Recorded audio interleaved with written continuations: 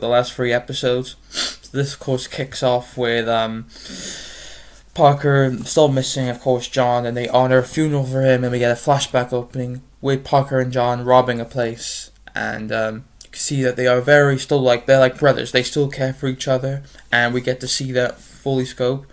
And then after that, they have a funeral, and like we're gonna miss him and all that, and like Riri's like, oh, I don't need a job for you right now. You can go do your own bits. And we get to see a lot of Riri like dealing with a lot of like stress, tiredness, and she's of course dealing with panic attacks after Rampage died and John's died, and we see a lot of that. And she's like even her mum and Natalie's are like, you're coming home early, very in the morning. You're staying up too late. You're in the soup too much, and all that crazy shit. And we even find out that Ezekiel has been arrested, thank God, so the whole world knows that he's actually the son of Ironmonger. That's right. Oh, yeah, that's right. Ironmonger's son is now in jail for most of the episode, and Riri goes to see where he is, and she takes a prison visit to him, and he's saying to him, "Oh, you're selfish. You don't care about yourself. You manipulate others." He's telling her all these negative things about her, and then he's like, "I'm done with this." So most of the episode, he's just in prison, and we see Riri is still concerned about has she still got the piece of Parker's cape. So she's dealing with what's going on, where is this related to, what are the fabrics, where it came from, what the DNA samples. And then Natalie's like, oh, could you give Riri a call? And there's this little funny bit when she's pretending that she's on the call with the Shuri. Like, hey, Shuri, I need help with some Wakandan technology to find out the certain analysis on this little piece of fabric. So that doesn't work, obviously. So Riri and her mum go to this cake and witchcraftian store. They meet Zelma and Ronnie from of course Ronnie was in the last few episodes ago. She was the one of the characters who spread the little dust, like what that's like witches do and all that. So that was pretty cool. And we see Zelma Winston in this, who's the daughter, and find enough they do come from Kamatasha. I love the Kamatasha reference in there too. So they were former sorcerers, so they came back to Chicago, much like Shuri had in Wakanda Forever, and then she come back to Chicago. So I like the little parallels to it as well.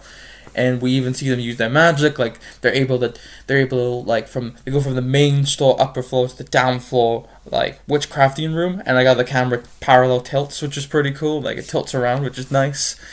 So they realized this so they basically do some witchcrafty DNA. So they're like, okay, so basically this comes from a different dimension. So it's not from our world. There's something off about this. So they're all questioning, and then Riri and her mother really wants to know what it is, but Zelma and Ronnie's like, nope, you gotta leave this. We can't do this. And even when they both go out of the store,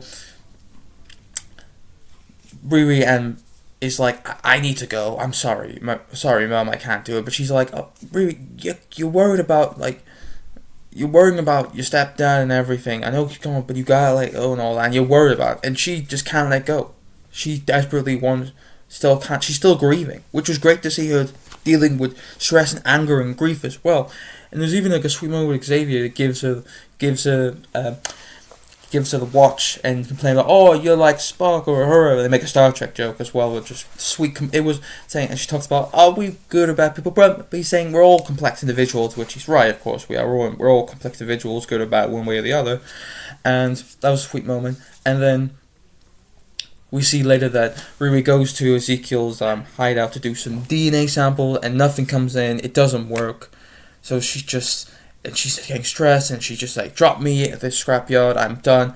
And so then Natalie gets Xavier to get in the suit, and he's like, I don't know what's going on, because he doesn't know that he thinks that Natalie's still dead, and doesn't realize that Natalie's now an AI for Riri, and he sees it.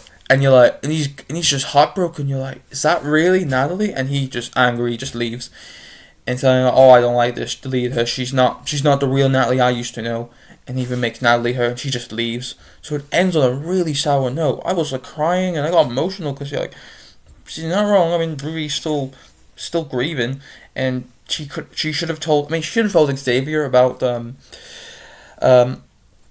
about Natalie being an AI assistant, but she was afraid to tell him. But that's what makes that reveal so interesting. So really good, and we see that Parker, of course, later comes to prison to meet Ezekiel, and it's like, I'm gonna make you an offer. You can join me. We can build something together or not, or you could just rot in hell in jail.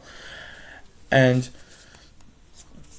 so we see later that Ezekiel does break out of prison thanks to Parker's crew like Slow, Ronnie, and Jared, and all those characters. They break him out of prison, and basically he's now a part of the Red Hood gang. And we do see him actually be. Oh, I think he's going to become his villain counterpart from the books, because you can see they even like shave his head much like his dad, not really like his dad, but similar to his dad. And we see him like he's in like a testing shoot. He's on a resting room, and they're gonna put like syringes, and they're gonna like sample him with some special metallic DNA, which he does become that, because in the comics he does come part machine, part man. So we might see this in these last two finales. But this is a really, really great emotional episode. I love seeing the show still being fun and engaging, but also still having a complexity and an emotional storytelling.